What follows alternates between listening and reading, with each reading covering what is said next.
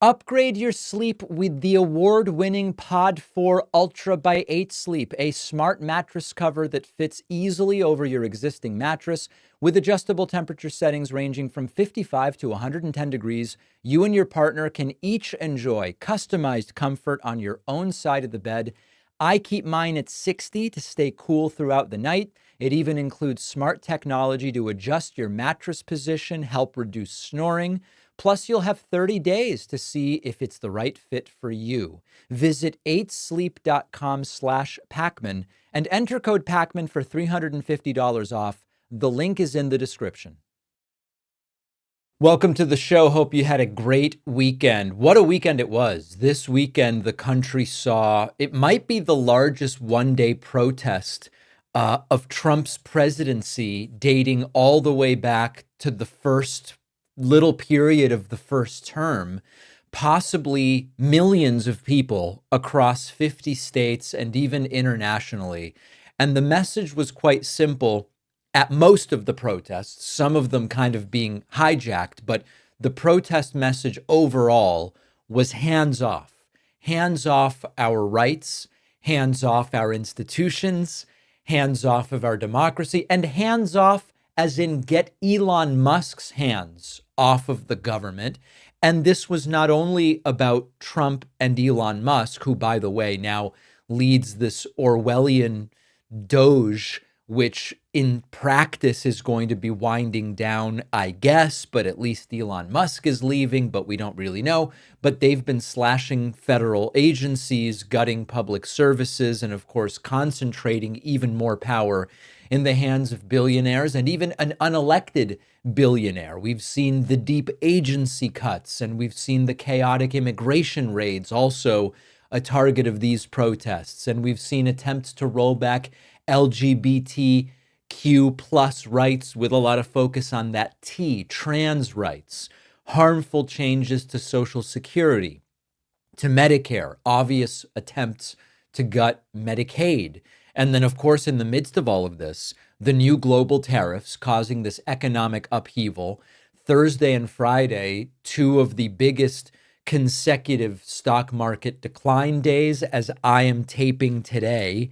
We have a Dow Jones Industrial Average that is down, another 300 points. We'll see where it ends up landing. So that another focus of these protests. And then the broader authoritarian direction of this administration, the deportations without due process, and all of it. So the great news is that these were not fringe protests. This was over 150 different organizations, civil rights groups, labor unions, various LGBT rights organizations, environmentalists, coordinating protests in more than 1,300 locations. Of course, huge rallies in major cities, DC, Minneapolis, as Trump calls it, Boston, Portland, San Diego, countless others.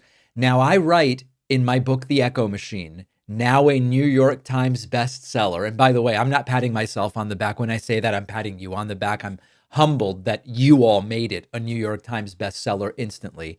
In The Echo Machine, there's a reason I write that authoritarians fear mass rallies in urban centers. It's because these urban centers are what we might call visibility machines. They concentrate attention.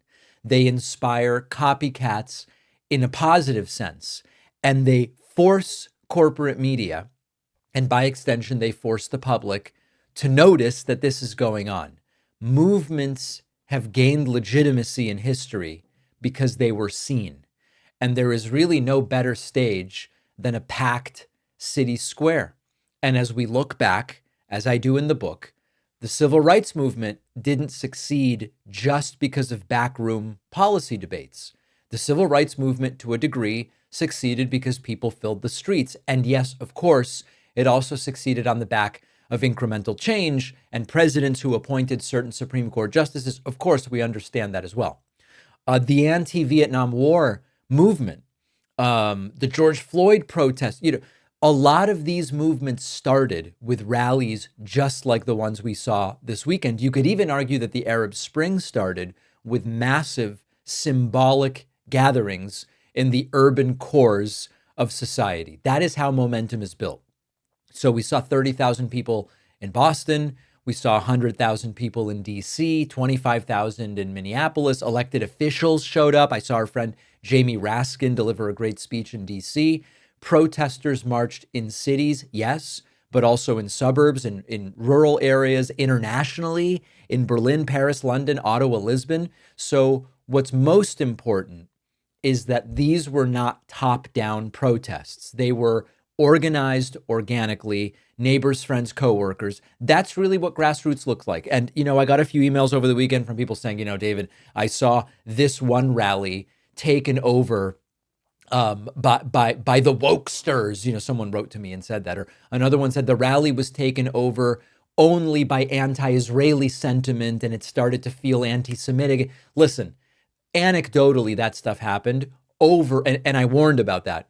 Overall, these were really broad, mostly inclusive rallies, and it was a statement, it was a warning, and it really follows a pattern that I talk about often, which is that when people feel like the normal political system has been hijacked, they go outside into the streets, into the parks, on social media as well, into the public square, and it gets attention. This is just the beginning, right? This is like when some of you wrote in and said, Cory Booker's 25-hour filibuster speech, not really a filibuster because it wasn't against a specific bill, but 25-hour speech, it was merely performative. Well, it was performative. It wasn't merely performative. The merely will depend on what happens next. And we saw after the Cory Booker speech, now we've seen these protests. Oh, these protests are performative. Well, there is a performance aspect to it. And better performers are more effective at inspiring others to take action. Now let's see what happens as we are close to entering the midterm period. Let's see what happens, but a very good start. Meanwhile, the economy is in free fall. Markets are collapsing. We've got troops dying overseas and Trump going, I didn't even hear about it, hours after it took place. Intel is leaking over Signal. Americans are being sent to foreign prisons, and Trump is golfing. That's what Trump spent the weekend doing. And then he answered questions on Air Force One, a sweaty and disheveled Trump seemingly panicking as he realizes, damn, I may not have an exit strategy here. Trump claiming he spoke to leaders, all of the best leaders all over the world, and saying really confusing thing about surpluses, deficits, trade balance, suggesting that he may not really have a clue what the hell is going on. You talked to a lot of leaders this weekend. Can you tell us, sir, were there any deals made? I spoke to a lot of leaders, European, Asian, from all over the world. They're dying to make a deal. But I said, we're not going to have deficits with your country. I said, I'll tell you what. We're not going to do that because to me a deficit is a loss. We're going to have surpluses or we're at worst going to be breaking even. But China would be the worst in the group because the deficit is so big and it's not sustainable. And I was elected on this. This was one of the biggest reasons I got elected was exactly because of this. And it's actually not. Trump is, of course, as is always the case, confusing different economic elements. And here Trump is saying a trade deficit is a loss, that if we import more from a country than we export, that is a net loss to the United States. This is just wrong. He doesn't have a clue what's going on. A trade deficit just means you import more than you export. It's not inherently bad. And in fact, countries with strong consumer economies like the United States almost always run a trade deficit. The United States economy for 50 years has been based around running trade deficits because we've calculated, and by our choices, we have decided we would rather import a lot of stuff at cheaper prices from other countries. We buy a lot of stuff. Importing more, having a trade deficit can reflect a strong dollar. It can reflect buying power. It can reflect a thriving service sector where we move in the direction of service economy and we import a lot of cheap stuff, quite frankly, from other places. So when Trump talks about breaking even, he's talking about a trade deficit going to neutrality, where we import and export the same amount of stuff from every country. It's a fantasy. It's a complete and total economic fantasy for a country that is for now, despite Trump's best efforts, a country that is for now as wealthy as the United States is. Trump thinks that a trade deficit means someone else won. Like, because we have a trade deficit with China, China gets, a trophy after each shipment or whatever. Just total confusion about what these terms even mean. A reporter asks Trump, is there a Trump put? Of course, talking about puts and calls. And Trump says the question is stupid. And sometimes the stock market needs medicine, which is what I think Trump claims to be giving it. In the world, Mr. President, which is what it should be. is there a Trump put though? Is there pain in the market at some point? You're unwilling to tolerate this idea of a Trump put. Is there a threshold? I think your question is so stupid. Your question is so stupid. I think I don't want anything to go down, but sometimes you have to take medicine to fix something. And we have such a horrible, we have been treated so badly by other countries because we had stupid leadership that... Almost satire at this point. Let me translate what Trump means there. He doesn't know. He doesn't understand the question. He probably doesn't even know what a put is. He thinks that the question is some kind of a trick. He has no idea. Now, Trump also claimed during this sort of turbulent, figuratively and literally turbulent press conversation, Trump says that the tariffs are going to make us a lot of money. Big, and it's not sustainable. And I was elected on this. This was one of the biggest reasons I got elected, was exactly because of this. And we're going to put tariffs, we've already put them on. It's not a question of we will. We're going to put them on. And those tariffs next year will make us $1 trillion. In addition to the $1 trillion, thousands of companies are going to relocate back into the United States. In North Carolina, already furniture people are starting to move back in. In Detroit and Michigan, which I won, because of what I said, what I'm telling you, car companies are starting to open up. In Indiana, a big one is under construction, as an example, Honda. But they're moving in like nobody has ever seen this before. So it's unsustainable for us to allow China to have surpluses of $1 trillion. All right. Anyway, tariffs don't make us money in any sustainable way. Tariffs are a tax on American consumers and businesses. When you put a 25% tariff on Chinese electronics, it's not President Xi who pays that. It's not the Chinese companies. It's you at Best Buy. Trump's China tariffs are paid by you at your local, what I don't even know where people go to buy stuff. I buy stuff online. The Best Buy. That's the only one I can think of. Target, Walmart. And what we are seeing right now is that the stock market has lost $10 trillion in market value as of April 4th. That's not a rounding error. That is people's retirement savings. That is 401ks. That's very bad for people. All right. And finally, Trump says he's been talking to all of the greatest tech leaders about the tariffs, but he's not going to tell us who they are. Sir, have you talked to any tech leaders over the weekend about the tariffs? Yeah, I talked to the biggest in the world. I talked to the biggest of them all, many of them, but I've talked to, I would say 4 or 5 that are considered the biggest. Yep. They don't, you know what they said? We don't blame you. Who did you talk to? I don't want to say. I'll put it out. I may give it to you. NVIDIA CEO? I have to find out if they mind. I don't know if that was a confidential call or not, but we had 5 or 6. There's something deeper going on here, I believe, than Donald Trump's economic illiteracy, because even being economically illiterate wouldn't necessarily point you to the policy that Donald Trump is pushing. This really is a form of economic nihilism, I would argue, by design. When Trump breaks things, it's not because he thinks it's necessarily going to work. It's because he thrives in chaos. And sometimes the play is to actually then come in and fix whatever you broke. And we've talked about this before. You blow up the economy through tariffs. You blame the Fed, you blame Democrats, you blame immigrants, you blame China, whoever, right? You just blame somebody else. And when people are desperate enough, you offer protection in exchange for power. This is classic authoritarian opportunism. If people are scared and broke and confused and desperate, they will trade rights for security. Could be economic security, could be militaristic security. In this case, the idea is they will hand the keys to the guy who pretends to be strong, even if the one who broke it is that very same guy.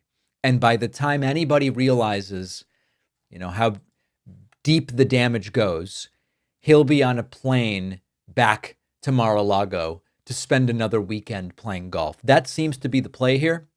Now, meanwhile, we're starting to see more and more Republicans turn on Trump. We'll talk about that later. Meanwhile, we are starting to hear rumblings that Trump is going to reverse all of this and say, hey, I found reason to pause it because, as he says, the countries are negotiating with me. The tech CEOs love it, and everybody's just so thrilled. I'm going to be able to pause this, whatever explanation he can give. That also is something that is being predicted. I don't know which way it's going to land. I don't know. We're just going to have to wait and see. Experience better sleep with the Pod 4 Ultra by 8 Sleep, one of today's sponsors. The Pod 4 Ultra is a smart mattress cover that fits easily over your existing mattress to regulate temperature throughout the night. You can choose a setting anywhere from 55 to 110 degrees. I like 60. I don't like getting hot when I sleep, and it makes a huge difference. If you share your bed, each side can be independently controlled.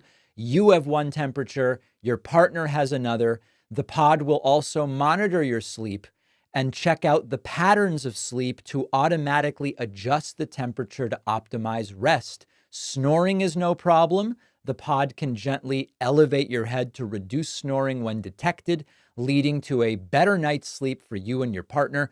You can try the Pod 4 Ultra, 30 nights with no risk. If it's not a good fit, send it back. My guess is you'll try it and want to keep it. Go to 8sleep.com/Pacman. Use the code Pacman for $350 off your Pod 4 Ultra. The link is in the description. I want to say a huge thank you to everyone who's been subscribing to our newsletter. A ton of people wrote to me last week and said, David, I had no idea that you don't own your data on any of the platforms where I consume your content. And that's absolutely the case. We have no way of contacting our audio podcast listeners if Spotify or Apple were to shut down our feeds due to pressure from whoever. We have no way to reach out to our more than 3 million YouTube subscribers if YouTube bows to right-wing pressure and starts limiting or restricting our YouTube channel. So this is why I've been saying the best way to remain in touch with me directly is to get on my newsletter. You can do so by going to davidpacman.substack.com or by typing in your email address at the top of my website, davidpacman.com, or by emailing info@davidpacman.com. And it's been wild to see how many people say, now I understand the issue with owning your data. And for people who are wondering, the difference with Substack is that we own the email list. Yes, Substack holds it, but we can download it and have it so that no matter what happens, we always have a way to reach you. So thanks to everybody who's been signing up for the newsletter. Please continue to do so. Also, remember that you can become a member instantly at joinpacman.com. You'll get the daily bonus show. You'll get all of the great member benefits. And thanks to the 180 folks who have signed up over the weekend, very much appreciate that. If you believed that Trump's immigration policy couldn't get any more deranged or dystopian, he now says he loves the idea of sending American citizens to rot in El Salvador's most notorious super prison. Not suspected terrorists, not foreign nationals, not individuals in the United States illegally, American citizens. When Donald Trump was asked about this, he says, I love that idea.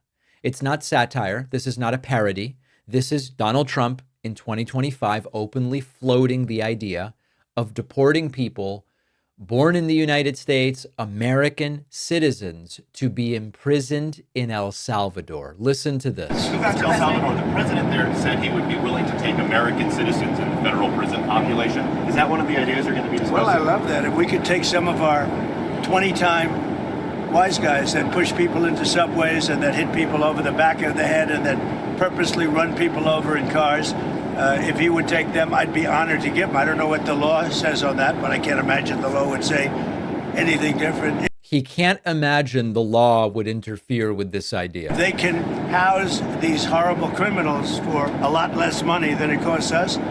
I'm all for it, but I'd only do according to the law. But I have suggested that, why should it stop just at people that cross the border illegally? We have some horrible criminals, American grown and born.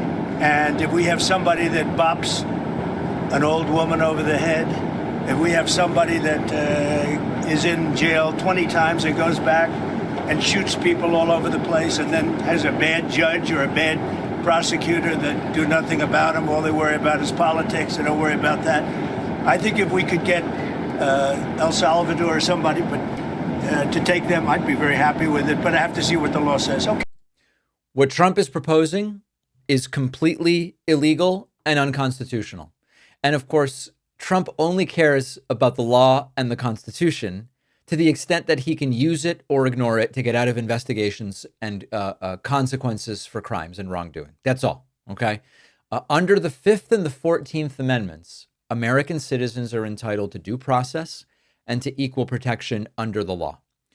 At its core, you don't get to disappear someone because you don't like them, but you also don't get to outsource your prison system to a foreign authoritarian regime because it's cheaper or you think it's a harsher punishment.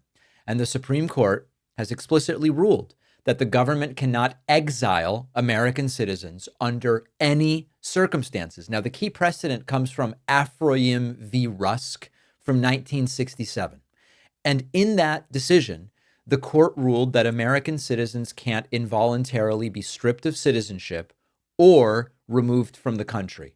The 14th Amendment guarantees citizenship and its protections. In our country, the people are sovereign, and the government cannot sever its relationship to the people by taking away their citizenship. Now, you might say, well, you could ship them somewhere else. They're still citizens. They get to come back after serving their prison sentence. No, the Supreme Court says you can't do that. You can't ship citizens to a foreign country for imprisonment. That's called exile, and it is banned. The other aspect of this that I think is important just to mention, even though it's not 100% related to what Trump says, but it's about 70% related. The Alien Enemies Act, which is the pretext that at the 40,000 foot level is being used to justify these roundups and deportations. It does not apply to U.S. citizens to say the Alien Enemies Act will be used in that way. Trump's administration is saying the 1798 Alien Enemies Act allows the president to detain and remove non-citizens from hostile nations during wartime. We don't even believe that he is appropriately using it with regard to non-citizens. But there's a few problems with it with regard to Trump's idea of El Salvador for citizens. Number one, you can't use it on U.S. citizens. That is why federal judges are getting involved here and are very concerned. The Eighth Amendment, which bars cruel and unusual punishment, realistically would also bar sending citizens to CCOT in El Salvador. This is a prison that's been condemned for inhumane conditions, forced labor, no legal representation, no contact with the outside world, physical abuse, psychological abuse. We know that. If the U.S. government knowingly sends citizens into that environment, it's not just deportation, it's a form of cruel and unusual punishment, which the Eighth Amendment specifically forbids. And then finally, there is no statutory authority to pay a foreign country to imprison American citizens. That you're not allowed to do it. Congress has not passed any law giving the executive branch that power. And of course, we know that despite claiming to be a conservative, whatever that even means at this point, small government, all this stuff, Trump has sort of pushed for, or grabbed, better said, more executive power than any president in recent history. Now, I hate to say this. I hate that I'm in a position to have to admit this. What does it mean that something is illegal if no one stops you from doing it, and if there's no consequence or punishment for that thing. And that is a terrifying, terrifying reality right now. The guy who once said that Donald Trump was the man is now begging for zero tariffs, open borders, and freedom of movement. I'm talking about Elon Musk. Elon Musk now says that he hopes the United States and Europe move to a zero tariff situation, turning on Trump's total tariff takedown. And he says he also wants more freedom of people to move between Europe and North America. Here is Elon Musk. Take a listen to this. They are turning on Trump. And I'm hopeful, for example, with the tariffs, that at the end of the day, I hope it is agreed that both Europe and the United States should move, ideally, in my view, to a zero tariff situation, effectively creating a free trade zone between Europe and North America. And that would be that's what I hope occurs.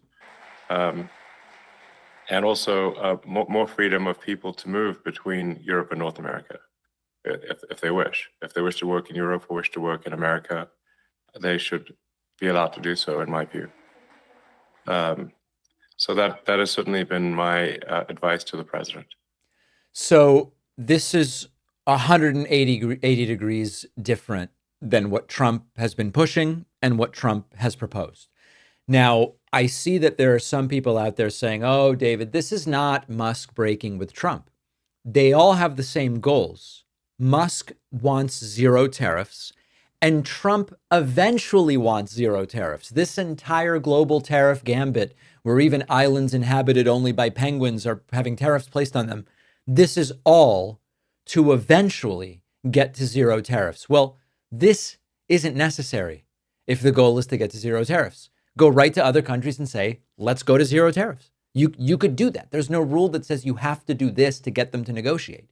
And this Elon Musk video was published just days after Donald Trump doubled down on this catastrophic round of tariffs, which is tanking markets. It's putting global trade on red alert. So what you are seeing now is Musk, the guy MAGA thought was their billionaire champion, completely rejecting the economic nationalism of Donald Trump. When you say zero tariffs, meaning free movement of goods, and you say movement of labor, that's the opposite of what Trump and his cronies want. Trump and the far right have worshipped Elon as the cool billionaire who gets it, the guy who fights the libs and he owns Twitter and he's playing 4D chess. But the truth is that Elon Musk's entire business depends on globalization. Tesla batteries made in China, Starlink deals that are multinational, AI talent that is global, manufacturing that is cross-border, a workforce that depends on international visas to bring highly skilled people to the United States to work for Elon's companies. The Republican coalition is built on opposing much of that stuff. They want to be the party of billionaires and also of blue-collar workers. How is that going to work? They want to worship capital, but they hate globalization. They want to stop immigration, but grow the economy. It's just not possible right now. You can't run an economy like Elon Musk's while you are Trump pursuing protectionist trade policy. Elon wants cheap labor and open markets and talent mobility. Trump wants economic war with everyone who doesn't kiss his ass. Their goals are fundamentally incompatible. And after the break, we are going to talk about bigger cracks opening. It's not just Elon who now is saying, this isn't making a lot of sense. Now, Elon is on his way out. We already learned last week that Donald Trump seems pretty displeased with Elon pouring $25 million into that Wisconsin Supreme Court race and losing it. He's getting annoyed with Elon's presence. Elon has said he's going to go back to running his businesses. And then when Trump was asked, does Doge survive Elon leaving? Trump said, I'm not so sure. At some point, Doge is going to end. Well, now it's getting even bigger. The cracks are turning into crevasses. And we are going to talk about that after this short break. Don't forget that the best way to support the David Pakman Show is by becoming a member, which gives you access to the daily bonus show, the regular show with no commercials. You also get access to our entire archive of every episode dating back a really long time and plenty of other awesome membership perks. Go to joinpacman.com, joinpacman.com. Ladies and gentlemen, they're starting to turn on Trump. When even brown-noser Maria Bartiromo thinks you've gone too far, you know that things are starting to unravel. The Wall Street Republicans, the libertarians, the Silicon Valley guys, the old school neocons, they are slowly starting to bail on Trump at the exact same time. And what I want to focus in on is why that matters more than people think. We start with free trade conservative Jonah Goldberg, who posted an excretion to X where he said, quote, "Trumpers slavishly defend one man unilaterally screwing up the economy and the America-led global order because he's some kind of genius. And it turns out, as was apparent for decades, he doesn't know what he's talking about." This is someone who spent decades defending Republicans. He helped build, in a way, the conservative intellectual infrastructure to the extent that it exists. And now Jonah Goldberg is saying it was always obvious. Trump's a fraud. He's not a genius. He's a guy really making it up as he goes. Now that he's back in power, he's tanking the entire post-World War II global order. This is not a left-wing critique. This is coming from inside the house. Elon Musk, we talked about earlier. I just want to include in this segment his brief comments about he would like zero tariffs. And I'm hopeful, for example, with the tariffs, that at the end of the day, I hope it is agreed that both Europe and the United States should move, ideally, in my view, to a zero tariff situation, effectively creating a free trade zone between Europe and North America. All right, so we talked about that earlier, Elon Musk breaking with Trump on this issue.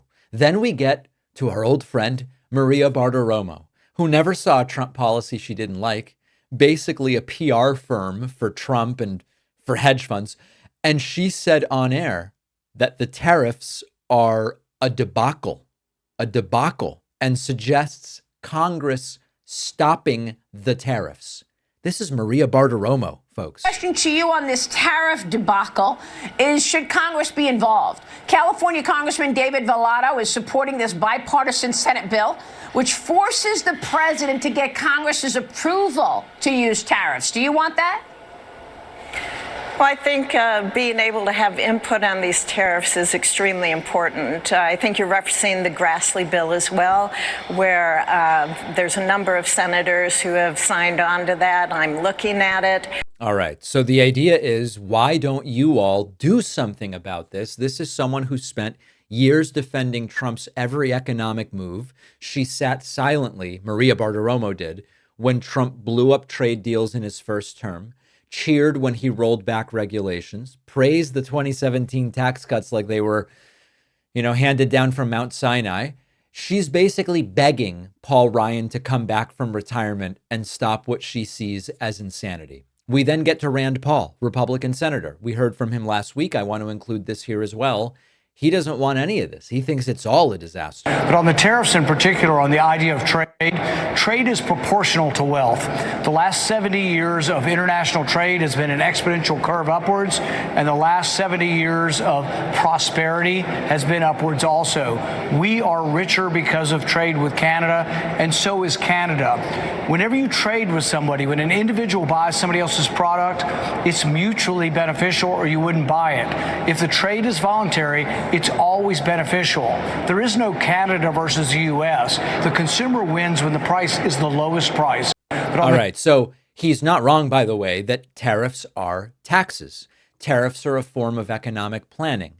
Tariffs are government interference in markets. Now, you can argue some interference is good. We want regulation. Absolutely. We'll have that conversation. But he's not wrong that at its core, this violates a principle that Republicans claim to support. Now, whether they do or they don't, right? That's where sort of the rubber meets the road.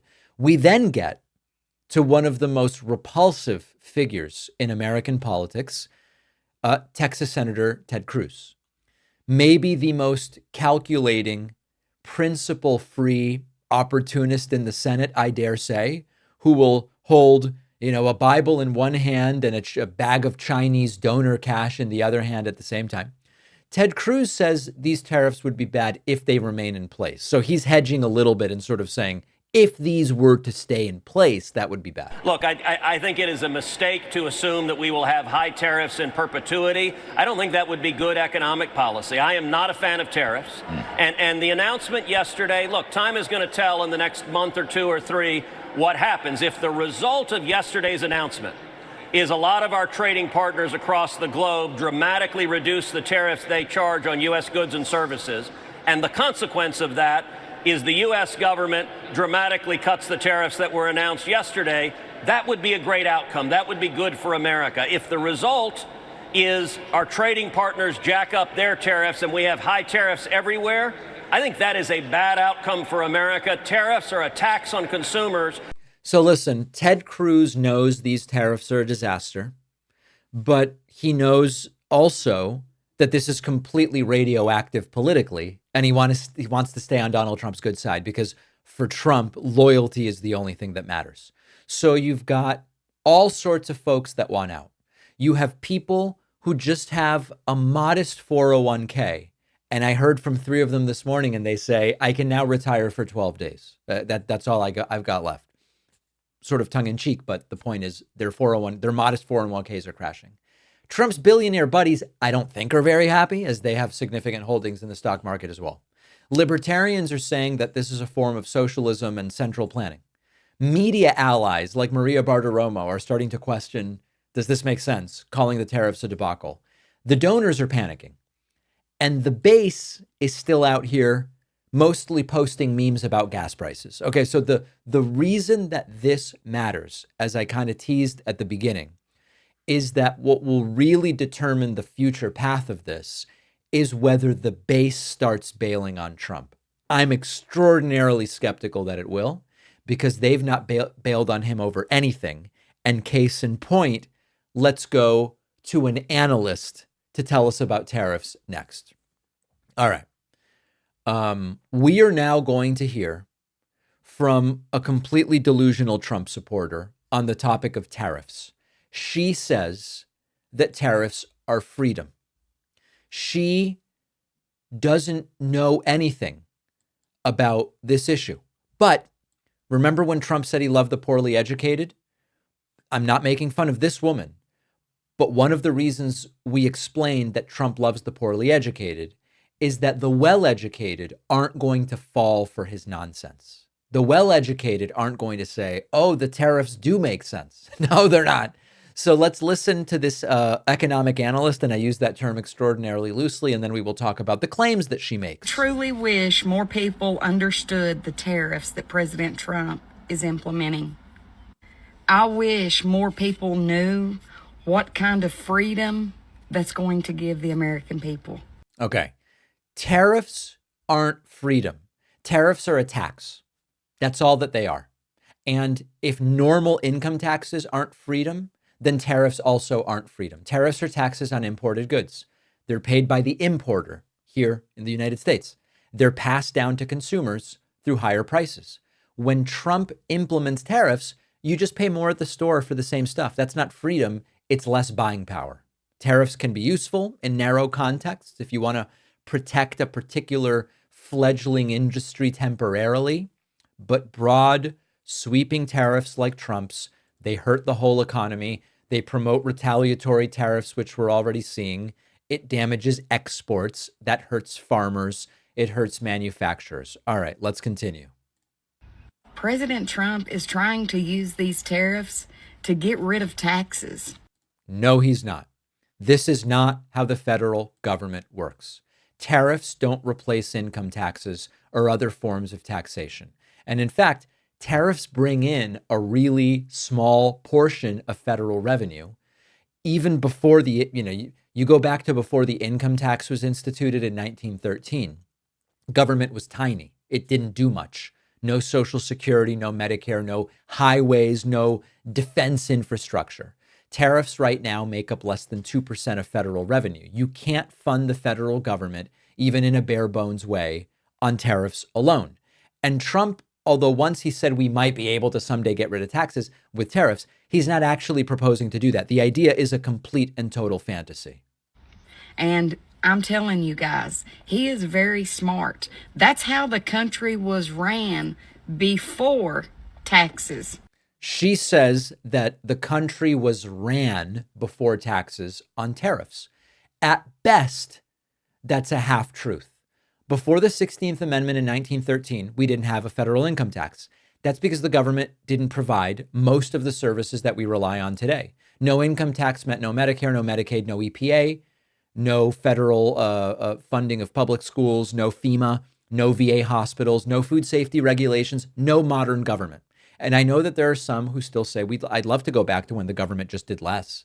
But the idea that we can go back to a 19th century taxation model while keeping anything acceptable, reasonably acceptable in terms of 21st century service, it's like a nostalgia-fueled misinformation bomb. I truly have a hard time understanding how anybody could be against that. I understand maybe not liking him, but who could be against getting rid of taxes? Who is against having more money in your pocket? The only people that could be against that are the people who has truly never paid taxes. The people who has never paid. So a couple things, who could be against getting rid of taxes, she says. You can't have functioning infrastructure, military, public safety, social programs without taxes. Most people don't love paying taxes, but most people understand why taxes exist. And it's a matter of figuring out what should the tax rate be and what should it be spent on. Even most sort of tax skeptical right-wingers who argue for lower taxes aren't arguing to eliminate taxes altogether because that would crash the entire system. She also loves this.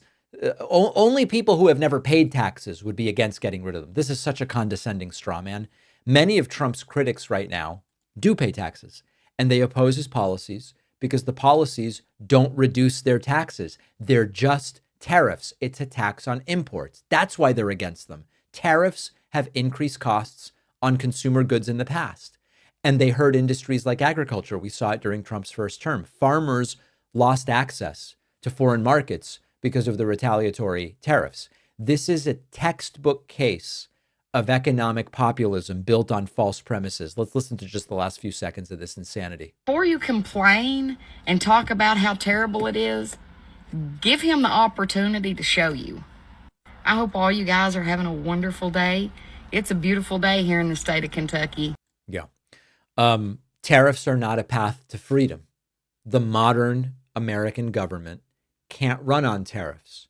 The trade policy that Trump is pushing will hurt many Americans, including the rural voters who supported him.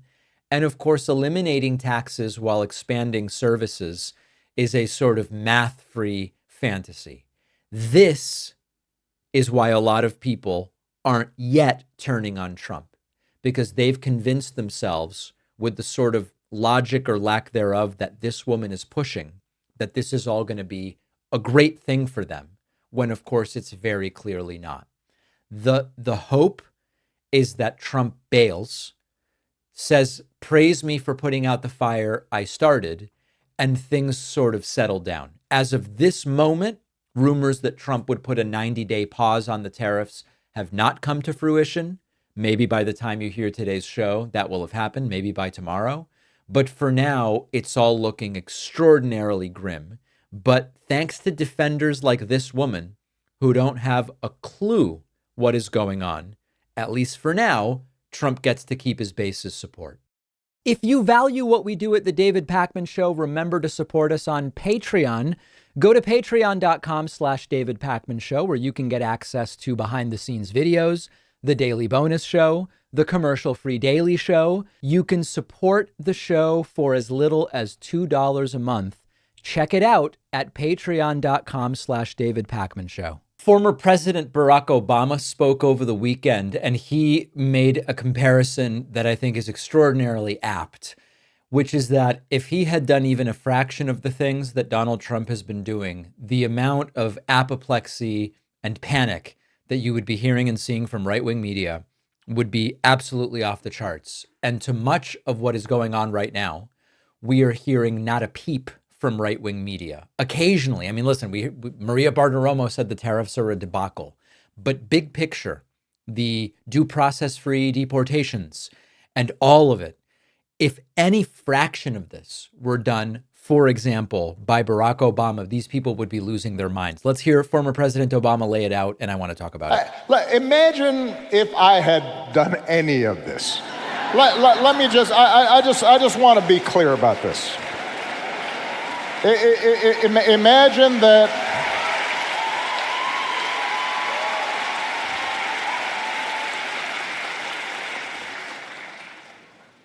Imagine if I had pulled Fox News' credentials from the White House press corps.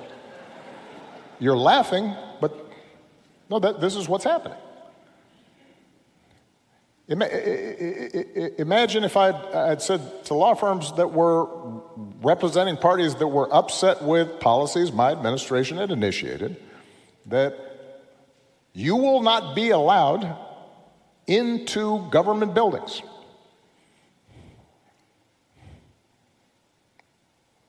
We will punish you economically for dissenting from the Affordable Care Act or the Iran deal. We will ferret out students who protest against my policies.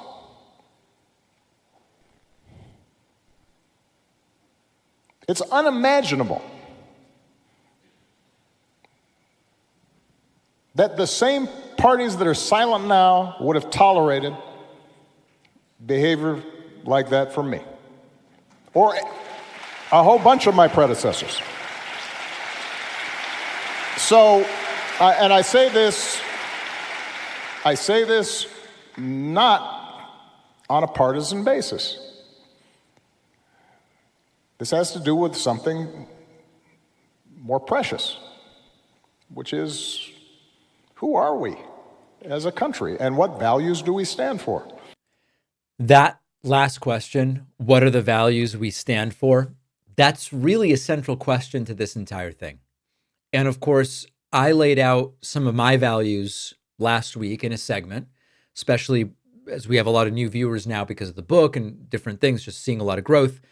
I laid out my values, but more explicitly how they relate to policy. One of the problems, and of course, President Obama is correct about what are our values. Do we value free speech or don't we? One of the problems, as I write about in the book, is that their stated values don't really mean anything to them at the end of the day.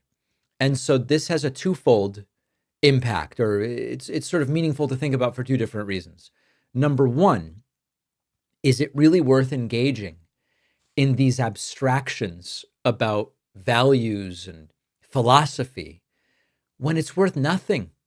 It's worth as much as we pay to hear it from them, that they value liberty and they value lack of regulation, and they abandon every single one of those values as soon as it's inconvenient. We've seen them abandon every one of the values just in the last 2 months as it's become antithetical to the way that Donald Trump is actually governing. So number one, all of the discussions about my first principles and values and philosophy, these people don't really care about that stuff. It's a way to get us away from actually dealing in practical and tangible policy ways with what's going on and the problems we want to fix. But number two, it is, of course, the double standard.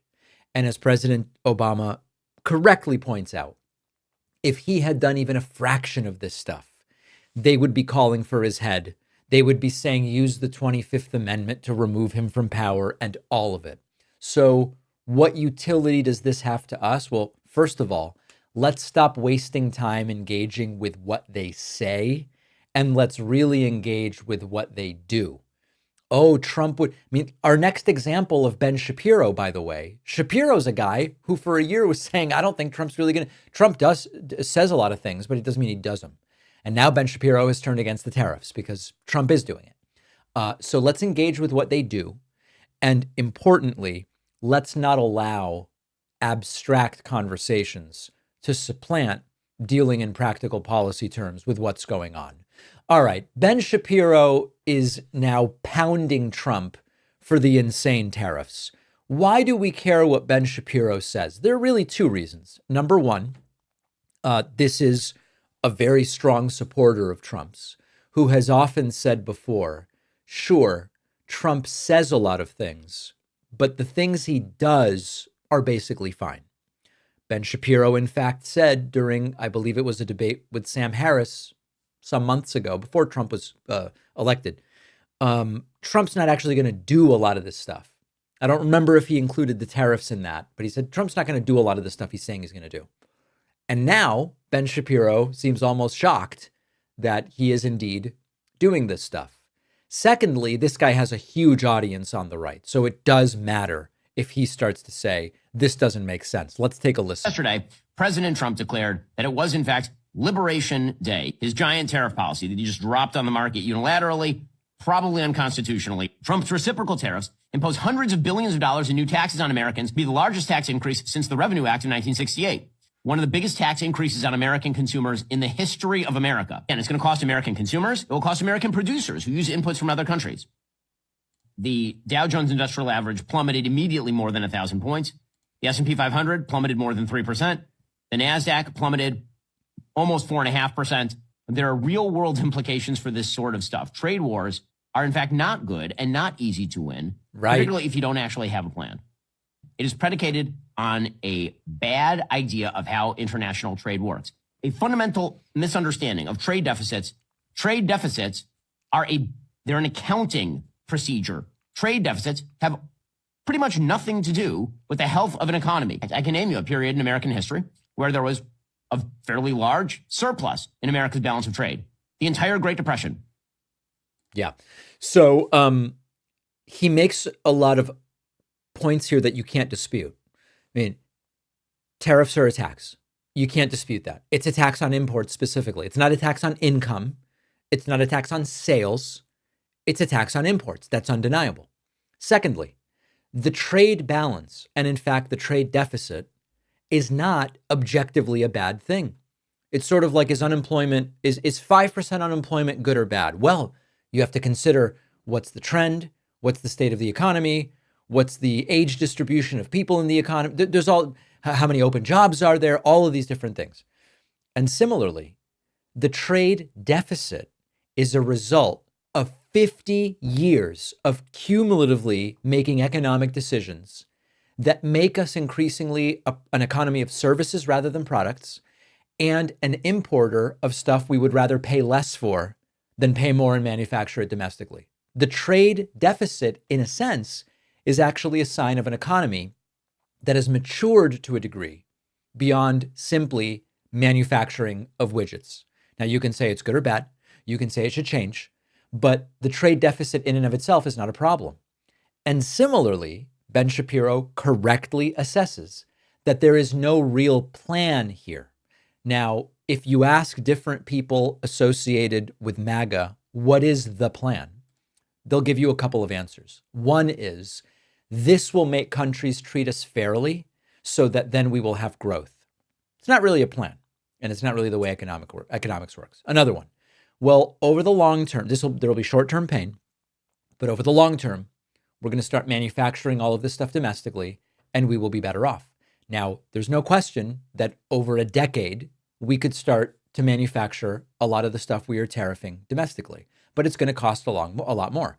Take a $1,000 phone, which just on an inflation-adjusted basis in a decade would cost, who the hell knows, $1,500. We could start manufacturing it domestically, but in a decade, it would be the equivalent, instead of the $1,500 that the foreign one will be inflation-adjusted, it would be $2,000 or $2,200. Do people really want to do that and that be the solution at the end of the rainbow and pay higher prices for the next decade? Maybe we do, but most people don't. And so this is the problem with the off-ramp. So I expect that these tariffs will not last indefinitely. I expect that when Trump pulls them back, he will say that it's because he won and everybody capitulated. I don't expect that to actually be true, but it will be Trump saying, praise me for putting out the fire that I set. For years, YouTube politics was MAGA country. Right-wing channels, The Daily Wire, PragerU, Ben Shapiro, these empires were dominating YouTube, feeding a steady diet of outrage and fear and own the libs content to millions of people. And the narrative was very clear. The right has figured out the internet and the left is playing catch up. And that has been true. And to a degree, it is still the case. But we see a change in what might be probably the biggest shift since YouTube's political rise. Left-leaning YouTube is surging, outgrowing right-wing YouTube in the first quarter of 2025. This is not an opinion. This is data. In Q1 of this year, progressive creators added subscribers faster than their conservative counterparts. A great piece looked into this. Crowder, Shapiro, they're still churning out content, but the growth is slowing down for them.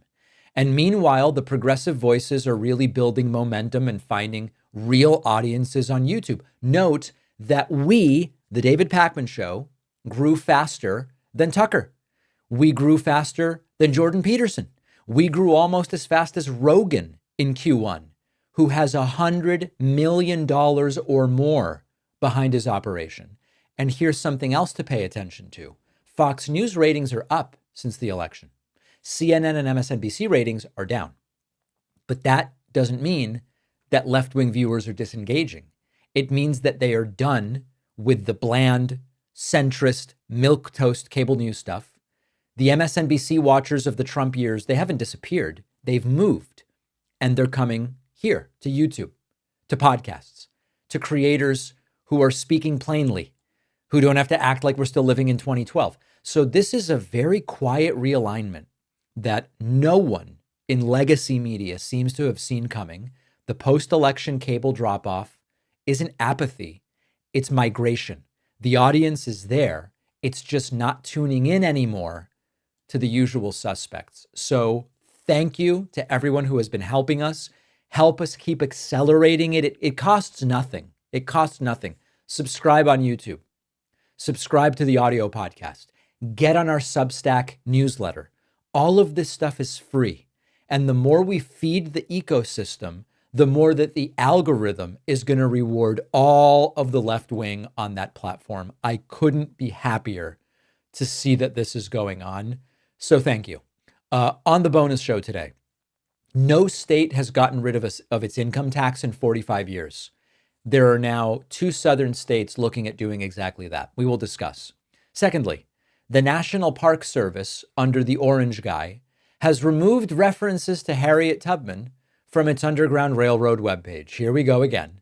And Robert F. Kennedy Jr., the tragic Secretary of Health and Human Services, has visited the epicenter of the Texas measles outbreak after the death of another kid who was infected. This is terrible stuff. And RFK doesn't seem like the right guy to deal with this. All of those stories and more on today's bonus show. Oh, the bonus show where you want to make money. Everybody else that makes money to fund themselves is bad. Why not? Sign up at joinpakman.com. Get the full experience. I'll see you then.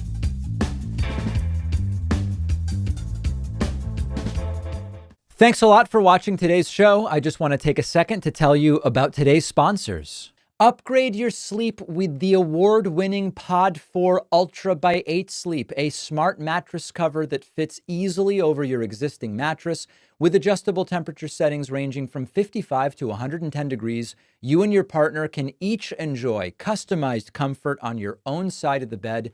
I keep mine at 60 to stay cool throughout the night. It even includes smart technology to adjust your mattress position, help reduce snoring. Plus, you'll have 30 days to see if it's the right fit for you. Visit 8sleep.com/Pakman and enter code Pakman for $350 off. The link is in the description.